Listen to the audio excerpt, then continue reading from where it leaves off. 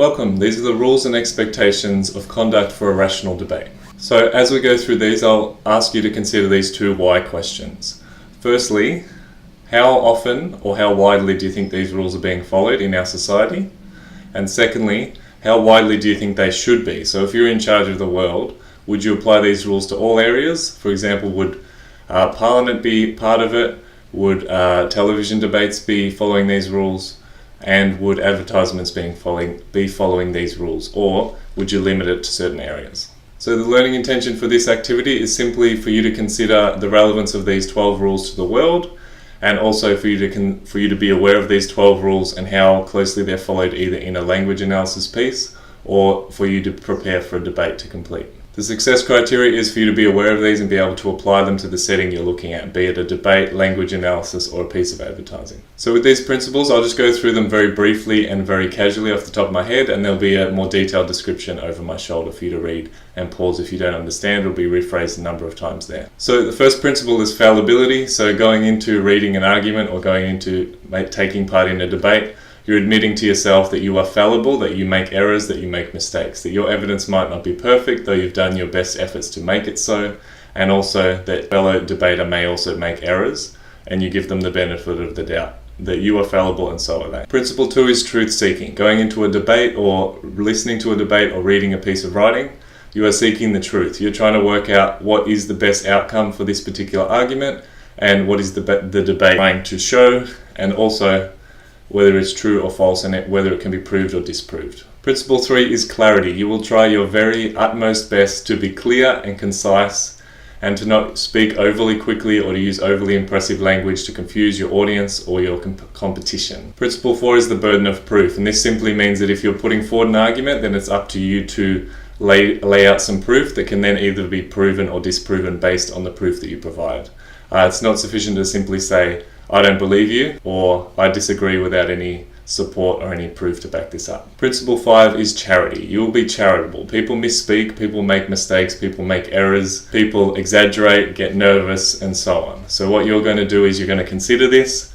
If someone misspeaks or makes a speaking error, you're going to give them the chance to rephrase it, and you're going to give them the benefit of the doubt wherever possible. Principle 6 is very similar to Principle 3.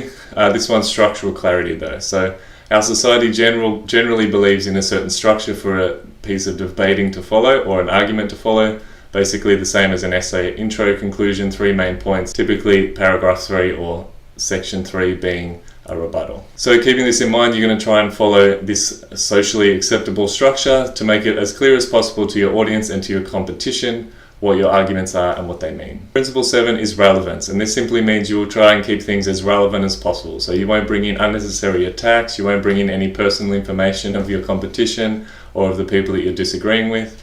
You'll try and keep it as much as possible relevant to the topic and relevant to the debate, and anything other or extraneous will be removed from the debate. Principle 8 is a little bit more subtle and a little bit more judgmental. It is acceptability.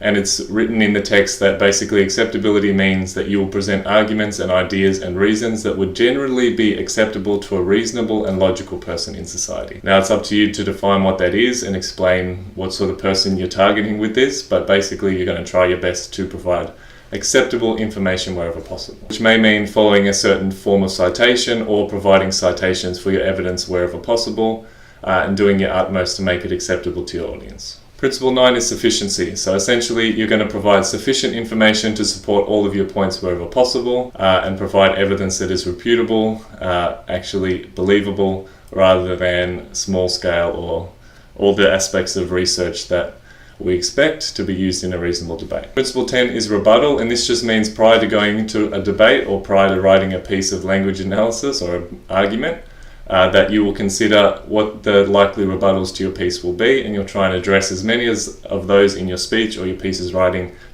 writing as possible. Principle 11 and 12 are about concluding the debate, so it's for either an observer or the person deciding on the winner of the debate or the audience members. So the first is suspension of judgment. This simply means if there's no clear winner, if the debate has become muddied and there's no clear perspective that has won out, you simply say, I will suspend my judgment.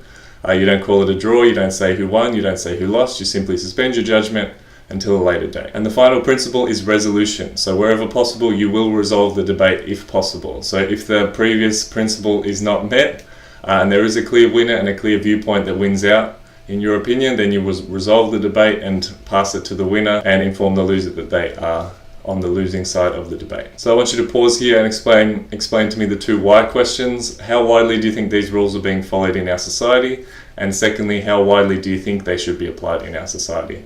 So try and think of different spheres of life, different spheres of the world. Where would you limit it to, and where would you expect it to be followed? All of this information is drawn from a scholar called T. Edward Dahmer and from his book Attacking Faulty Reasoning.